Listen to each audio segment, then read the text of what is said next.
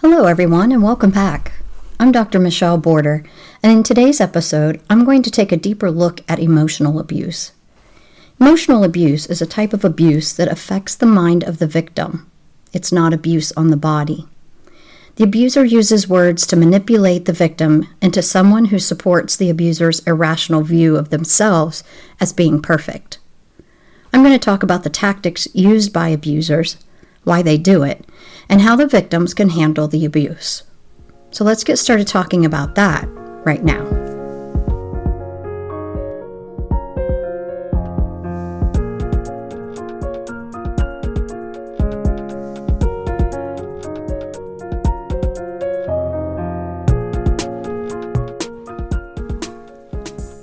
Emotional abuse is a form of abuse where a person deliberately uses tactics like guilt, fear, or confusion to control another's emotions, thoughts, or behaviors for their own benefit. It often appears in toxic relationships, whether that is with a parent, friend, or romantic partner. Narcissistic people often use these tactics in their relationships as well, but not all emotional abusers are narcissists. Emotional abuse is the tactics used to affect the victim's self-esteem, worth, or sanity. Manipulation is the behavior used by an abuser to control or influence a victim's mind and emotions for the abuser's own benefit. The benefit typically is to gain control over the victim to support the abuser's image of being perfect. Emotional abuse is harder to detect than physical abuse. Abusers typically use these tactics in small amounts over time, which makes it difficult to clearly point to a specific incident that happened. Physical abuse leaves marks on a victim's body that proves the abuse. While emotional abuse affects the victim's psyche and emotional health, it makes it harder to see by others. This does not mean it is any less painful or damaging to the victim. There are a couple different types of emotional abuse used with manipulation. One is guilt tripping. In this case, the abuser makes you feel responsible for their feelings or actions. A classic example of this is if someone asks you to do something for them and you aren't able to, they may say, "After all I've done for you, and you won't do this thing for me." Their words may not always be so direct. Like, if you can't help them, they will say, "I guess I'll just do it by myself since no one will help me." Either way, they are making you feel guilty for not doing what they want, without understanding that you aren't able to at the time. They will make you feel guilty until you give in and do what they want. Guilt is a feeling of emotional weight that is supposed to guide a moral decision. When used as a manipulation tactic, the victim is left feeling responsible for the abuser's happiness and will do things they don't want to do just to keep the abuser happy. In healthy relationships, both people understand that the other may not be able to do things for them at times, and don't put pressure on them or hold a grudge. An emotional abuser will not have that understanding. Gaslighting is a tactic to gain control, power, and influence over another person by making them question their own reality, memory, or sanity. I discussed this tactic when I talked about narcissism before, but it's not solely used by narcissists. It is emotional manipulation where the abuser is trying to make the victim dependent on them for a true reality that the abuser has created. They say things like, "That never happened," when confronted with something they did, or "You're overreacting," if the victim claims they are upset, and "You're too sensitive," if the victim claims they didn't like what was said or done to them. The abuser will twist the reality to make the victim be the problem in the situation, which leaves the victim feeling confused, reducing their confidence, and questioning their own sanity. Over time, the victim will start to believe the gaslighter and depend on them to form a reality that typically portrays the victim as the one who is wrong. An example of this would be if the victim told the abuser the way the abuser talks to them is disrespectful and hurtful. The abuser would say, "No, I'm not. You're just too sensitive. Besides, I was just kidding." The abuser is dismissing your true feelings and putting blame on you for being in the wrong, diverting the blame off of themselves. Playing the victim is a tactic where the abuser twists the reality of situations to look like they have been wronged, even when they are at fault. Those who use emotional abuse and manipulation need to see themselves as perfect and doing no wrong. They also cannot see that others have different needs, nor do they care about others' needs. They are only focused on what they want and how to keep up their self-image. To maintain that image, they will blame all around them and distort reality to support that blame. They are the wronged one and will accept sympathy from all due to their hardships. The silent treatment or complete withdrawal is the abuser withholding affection or communication in an attempt to punish you. It's used to create intense anxiety, insecurity, and pain for the victim. The abuser does this in hopes that the punishment will give them power in a situation by forcing the victim to apologize because they want to end the uncomfortable silence.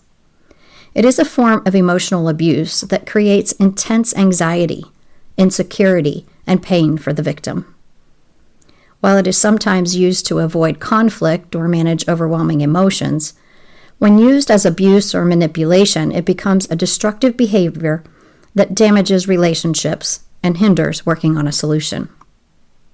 Projection is another form of emotional abuse.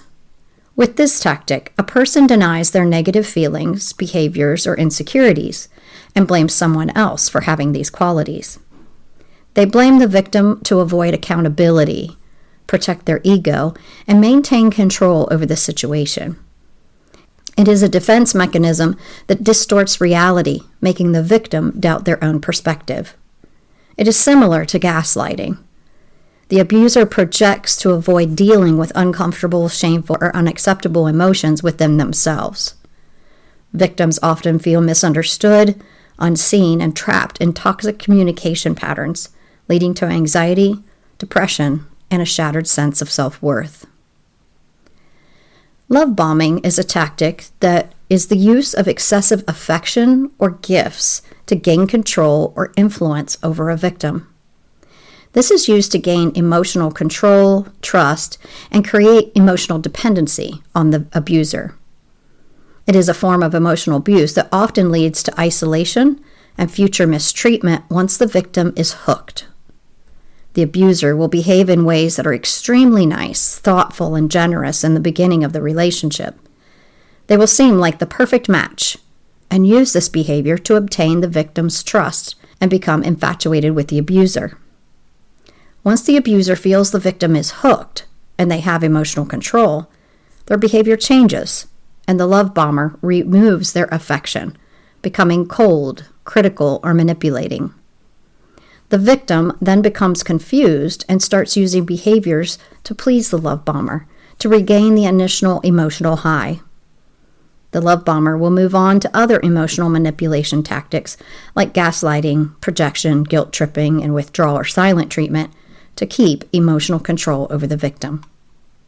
Moving the goalposts is another emotional abuse tactic. This consists of the abuser constantly changing expectations so the victim can never satisfy them.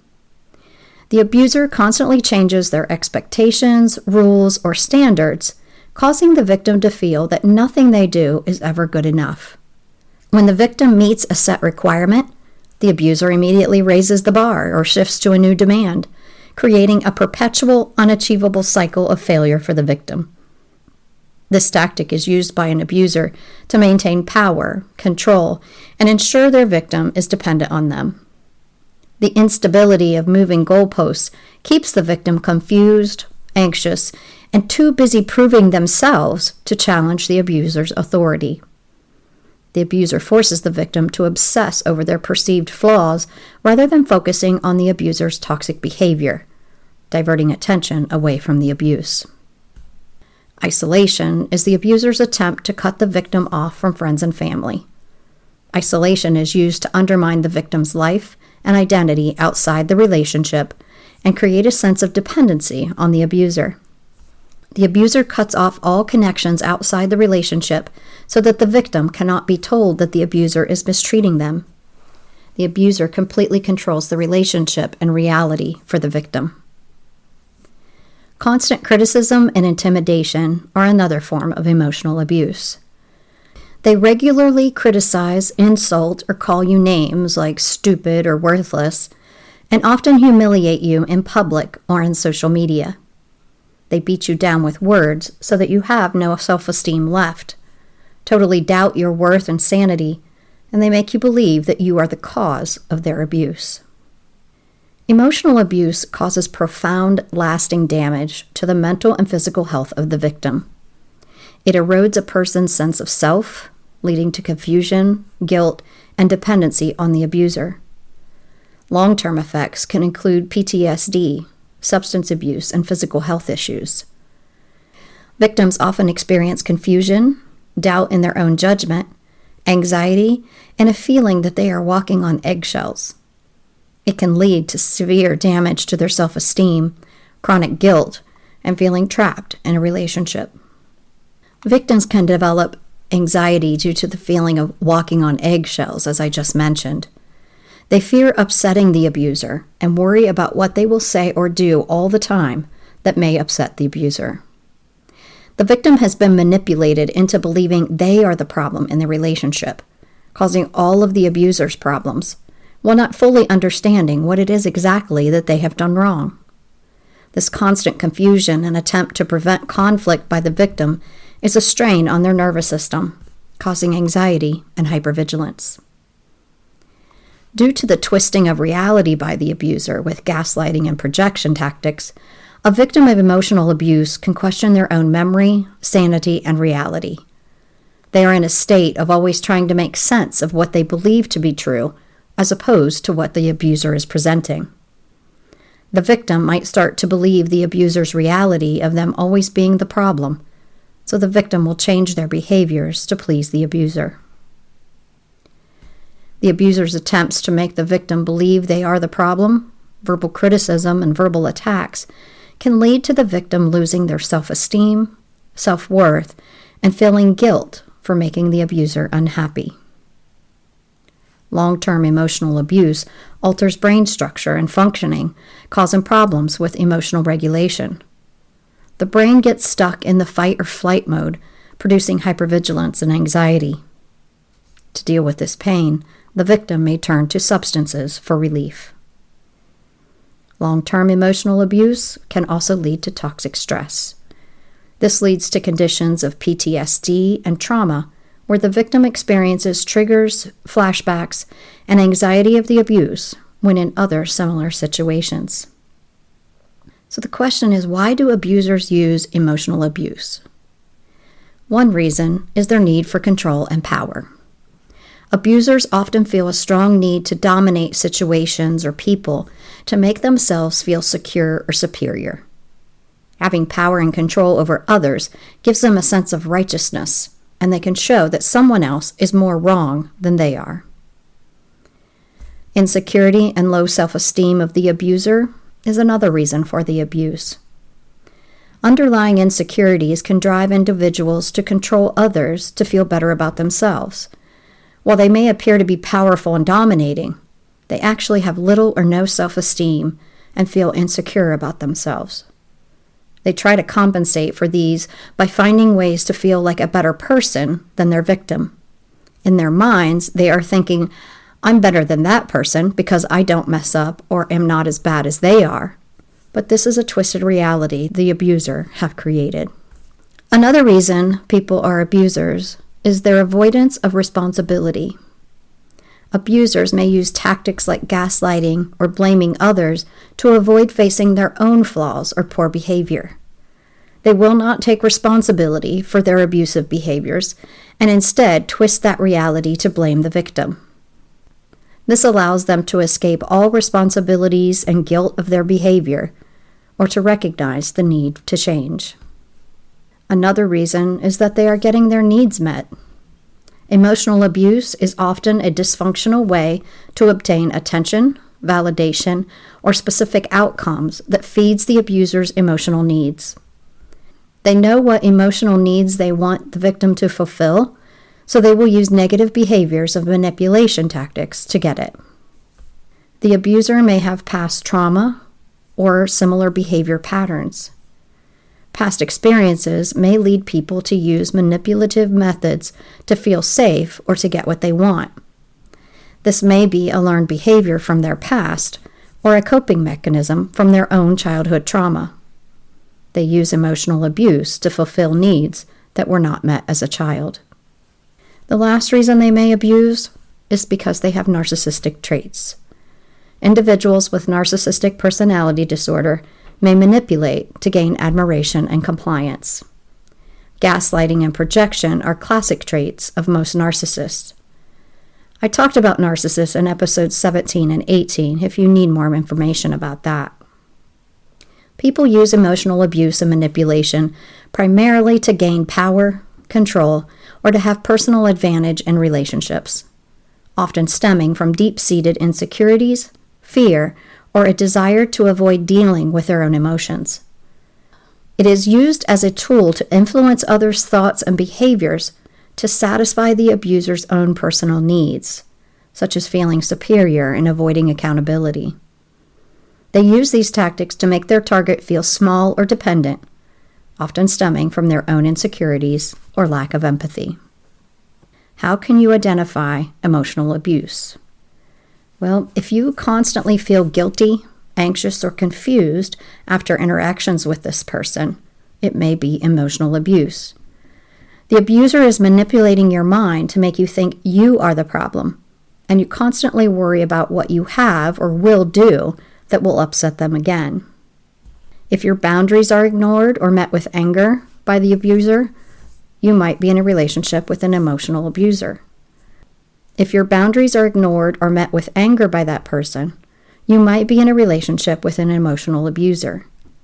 When you ask to have your needs met or express unhappiness with their behaviors, they will disregard your feelings or respond by verbally attacking you. If you feel obligated to do things you do not want to do for the abuser, this may be an emotionally abusive relationship. You may feel guilt that you have to make the abuser happy or to avoid conflict with them, so you do what they want, not what you really want. If the person you're in a relationship with often acts as the victim and refuses to take responsibility for any of their behaviors, you could be in an emotionally abusive relationship. You would be left wondering what you did wrong because they act like they are the ones who have been wronged in some way. Even if you try to explain your intentions, they will find a way to put blame on you. It's important to understand how to respond to this type of abuse. Responding to emotional manipulation requires staying calm, setting firm boundaries, and refusing to engage in emotional theatrics. Key strategies include using I statements to assert your needs, calling out the behavior directly, utilizing the gray rock method, and limiting information shared to reduce the manipulator's leverage. When confronted with an emotional abuser, you need to remain calm and disengaged. Do not let your emotions be triggered. Emotional abusers feed off your reaction, so keeping a neutral, composed, and indifferent demeanor stops them from getting the control they seek. If you react with anger, yelling, or attacks back at them, they will feed off of having the power to upset you and continue with their tactics. You need to set clear boundaries for yourself. Communicate your limits firmly. For instance, if a partner is shouting, say something like, "I am not going to continue this conversation while you are yelling," and walk away if they continue to yell.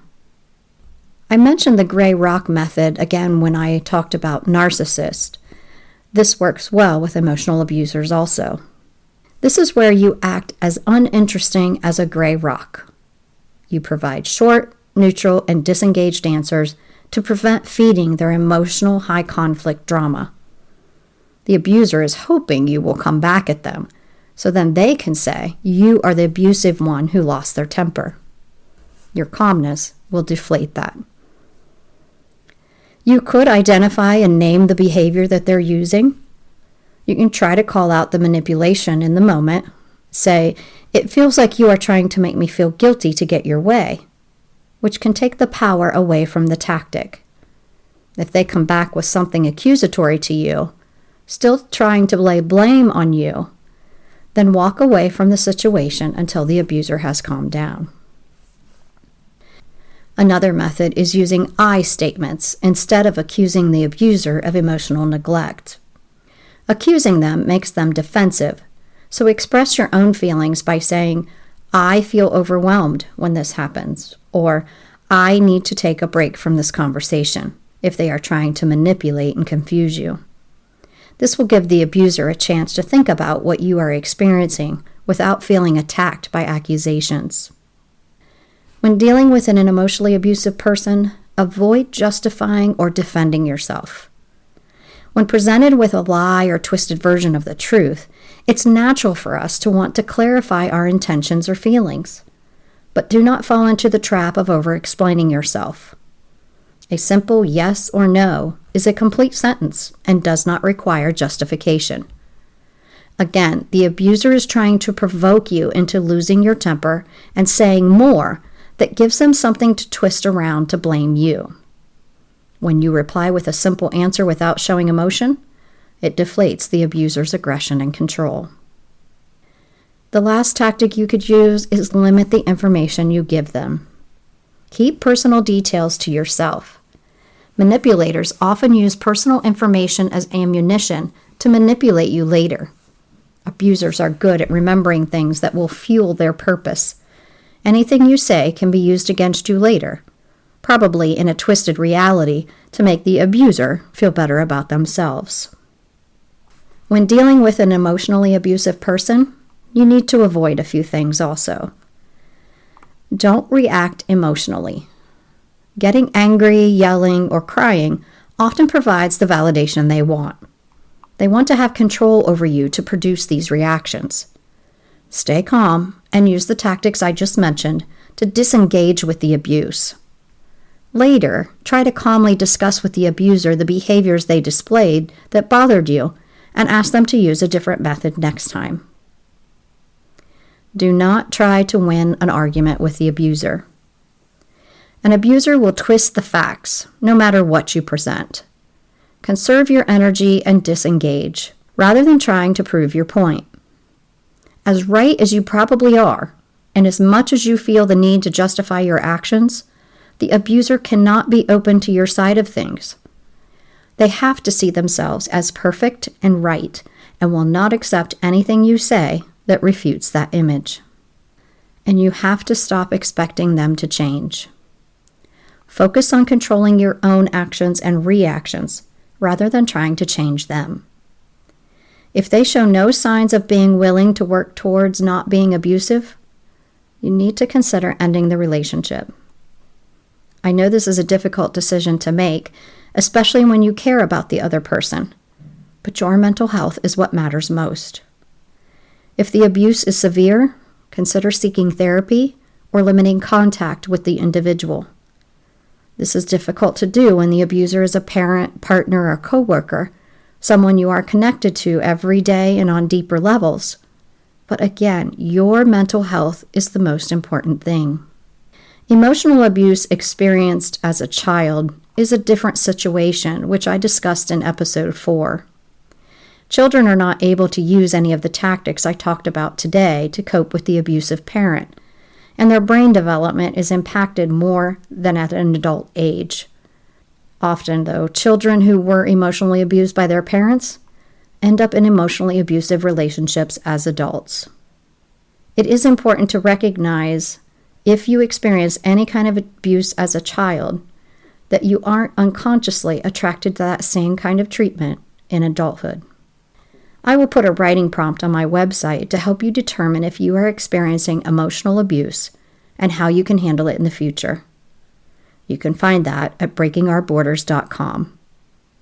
Please also follow me on Facebook, TikTok, Instagram, or on YouTube. Thanks for listening.